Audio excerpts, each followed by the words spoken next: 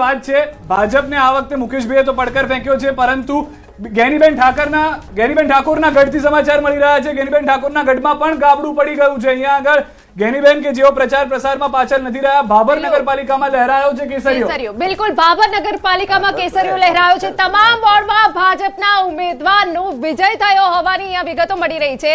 તમામ 6 વોર્ડના 24 ઉમેદવારોની જીત થઈ છે. ગેનીબેનના ઠાકોરના ગઢમાં ગાબડું પડ્યું છે. હવે મુકેશભાઈ એક પડકાર ફેંક્યો તો કે હજુ તો સમય જવા દો, એ તો રિઝલ્ટ સામે આવશે. શૈલેષભાઈ, તો મુંગેરી લાલ કે હસીન સપને દર વખતે આપણે તો ઘણી ચેનલોમાં મુકેશભાઈ સાથે ચર્ચાઓ કરી છે. છેલ્લે સુધી એ પાછા નથી પડતા, નથી કહેતા કે ભાઈ વળ ન જાય એ પ્રકારનું છે. પણ એમાં કાંઈ વાંધો નહીં, એમને હજુ લોકોએ અને રાજનીતિમાં એમને ક્યાંક ને ક્યાંક નકારાત્મક રાજનીતિ કરવા માટે પ્રેરિત કર્યા છે.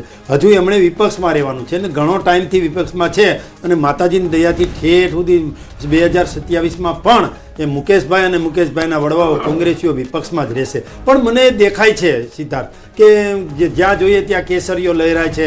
ગેનીબેન ઠાકોર એના ગઢ કહેવાય કે જ્યાં એ લોકસભામાં લડે છે, ત્યાં ભાભર નગરપાલિકા પણ ભારતીય જનતા પાર્ટીની આવી છે. મેં કીધું ને કે આ જે ચૂંટણી છે લોકસભાની ચૂંટણી હોય ને તો એમાં ઉમેદવાર 0 હોય, ચહેરાને કોઈ ના જોવે, એમાં પાર્ટી જ જોવે.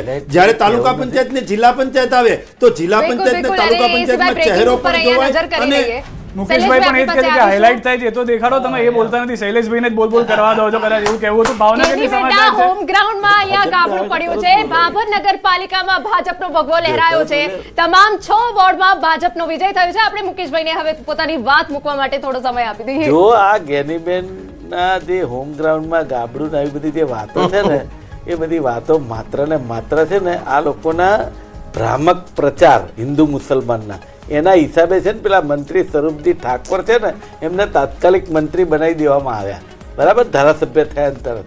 એટલે ત્યાંની પ્રજા એમ થયું કે આપણા મંત્રી છે એટલે મત આપીએ. પણ ખરેખર ત્યાં અપપ્રચાર થયો છે અને એમ કહ્યું છે કે જો તમે કોંગ્રેસને મત આપશો ને તો અમદાવાદ જેવા તોફાનો થશે અહીંયા. એટલે આવી બધી ડરની જે રાજનીતિ છે ને એમાં કદાચ આ કંઈક આગુ પાછું થયું હોય. લોકસભા વખતે એવો તો ડર હતો જ, તો પણ ગેનીબેન જીત્યા. ના, લોકસભા વખતે ડર ની વાત નહોતી, અત્યારે થઈ. એટલા માટે ગેનીબેન જીત્યા, એટલા માટે હવે ડરની વાત કરો. ગેનીબેન ત્યારે જીત્યા, ચાલો ઠીક છે. અત્યારે કેમ ગાબડું પડ્યું એ કહી દો પ્રશાંત. પ્રશાંતજી તમે ગેનીબેનના કેસમાં એવું છે, તમે જો ચૂંટણી જીત્યા પછી ત્યાંની વિધાનસભા પણ ગેનીબેન વાળી સ્વરૂપજી જીત્યા હતા. એટલે મૂળ કારણ એ જે તે વખતે ગેનીબેનને એમણે પેલી બનાસની બેન, બનાસની દીકરી વત્તા લોકસભામાં ક્યાંક ને ક્યાંક નાનું મોટું બનાસકાંઠા પહેલેથી હું કહું છું કે ઓવરઓલ થોડુંક કોંગ્રેસ પ્રભાવિત રહ્યું હતું. જ્યારે ખરાબ પરિસ્થિતિ હતી, ઇવન અત્યારે પણ 17 સીટ હતી, એમાં પણ 5 સીટ બનાસકાંઠાએ 7માંથી આપેલી વિધાનસભાની અંદર, 7માંથી 4. એટલે બનાસકાંઠા થોડું પ્રો કોંગ્રેસી રહેલું છે, નો ડાઉટ. પણ ગેનીબેનના જીત્યા પછી ક્યાંક ને ક્યાંક ત્યાં ઇનસિક્યોરિટી વિધિન કોંગ્રેસ લોકોમાં એટલી બધી ઊભી થઈ ગઈ. સૌથી પહેલા તો ગુલાબસિંહ રાજપૂતનો વિરોધ, એમને ઉમેદવાર તરીકે લાયા આમની ઠાકોરની સામે, ત્યારે પણ ના પાડી હતી. તેમ છતાં ગેનીબેને એમનું પલ્લું ભારે રાખવા માટે ગુલાબસિંહને લડાયા અને હાર્યા. હવે અત્યારે તાલુકા પંચાયત, જિલ્લા પંચાયતમાં ગુલાબસિંહ રાજપૂતે પાછી ટિકિટો.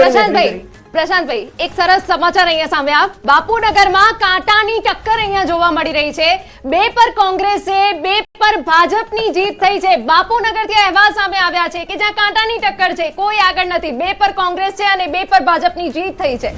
અહીંયા આગળ હવે હળીમળીને કામ કરવું પડશે, ગ્રાન્ટ પણ આપવી પડશે. અહીંયા આગળ મિતેશભાઈ જેમ કીધું હતું એવું નહીં થાય કે ભાજપ સિવાય કોઈ જીતે. શૈલેષભાઈ, તો કામ નહીં થાય. અહીંયા તો ગ્રાન્ટ આપવી પડશે. ના પાડે, નહીં આપીએ ગ્રાન્ટ. શૈલેષભાઈ આપશો ને અહીંયા ગ્રાન્ટ? 2 કોંગ્રેસ જીત્યું છે. સિદ્ધાર્થભાઈ, ગ્રાન્ટ જે આપવાની હોય છે, માનો કે ધારાસભ્યને ગ્રાન્ટ છે તો એ ધારાસભ્યની પોતાની ગ્રાન્ટ જ હોય છે. કોર્પોરેટર કોઈ પણ બને,